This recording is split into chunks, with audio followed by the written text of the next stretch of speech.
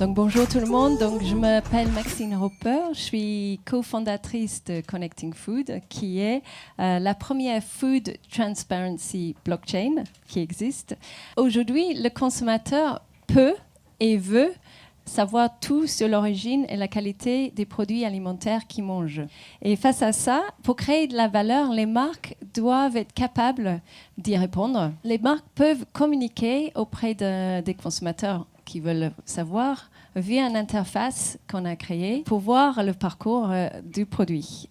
On voit qu'est-ce qui se passe. Le consommateur va prendre le yaourt, il va scanner le pack, il peut visualiser le chemin du produit à travers la filière de production et savoir dans ce pack de yaourt, dans ce lot de yaourt, d'où vient le lait, quelles sont les fermes qui ont produit le lait qui va dans ce pack et à quelle date le lait a été collecté et transformé en yaourt, etc. On voit que la solution Connecting Food, pour faire ça, il y a deux briques. Il y a le brique qu'on vient de voir qui est l'interface consommateur que nous on appelle LiveScan. Mais cette interface source toutes les informations d'une deuxième brique et c'est là où il y a vraiment tout le savoir-faire. C'est Live Track et Live Audit qui associe la traçabilité et l'audit en temps réel pour valider que les informations qui sont collectées sont vraies avant de tout enregistrer sur la blockchain. Il vaut mieux que ça soit bien validé avant de l'enregistrer sur la blockchain parce qu'une des caractéristiques, c'est que c'est totalement infalsifiable après. Et il y a un point en plus aussi, c'est que cette solution permet de certifier que la rémunération qui a été promise aux producteurs de lait, par exemple, a réellement été payée sur chaque lot et à chaque livraison. Et ça peut rentrer dans la politique RSE d'une marque d'une façon utile. Notre solution est née pour être un standard international parce qu'on est sur les produits alimentaires qu'on consomme tous les jours. On a l'impression d'inventer quelque chose. Non, on est en train d'inventer un outil qui doit être au service d'eux.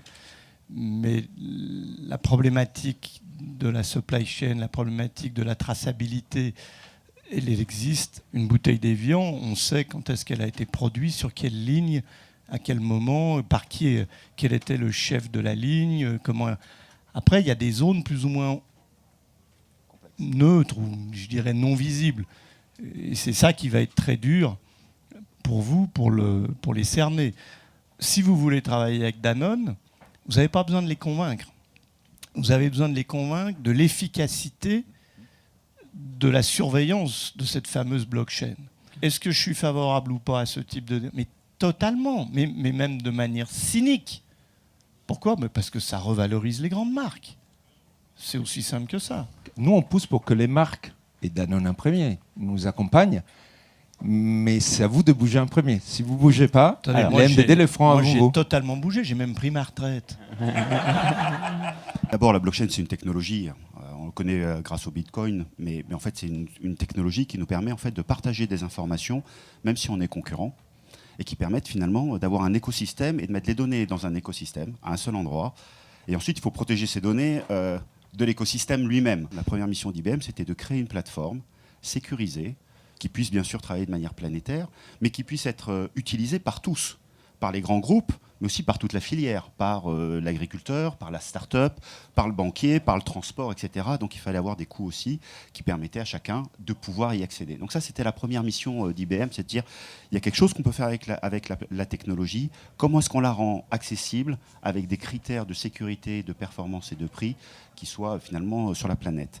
Partager une information, sécuriser des transactions, activer des informations passives en quelque sorte qui existent mais qui ne sont pas disponibles à tous les à tous les acteurs de la chaîne, c'est évident que les nouvelles technologies vont le permettre. La technologie, c'est un moyen. Mais ce qui est vrai, c'est que c'est aujourd'hui la puissance des technologies, la capacité à gérer des millions de données potentiellement en temps réel, ça offre un champ, une révolution dans la capacité de manière plus dynamique et active d'être un contributeur positif dans ces transformations. Aujourd'hui, manager une entreprise, une grosse entreprise, sur ce que moi, mon père m'a toujours donné comme conseil pour être un bon manager, l'intuition, l'innovation et le courage.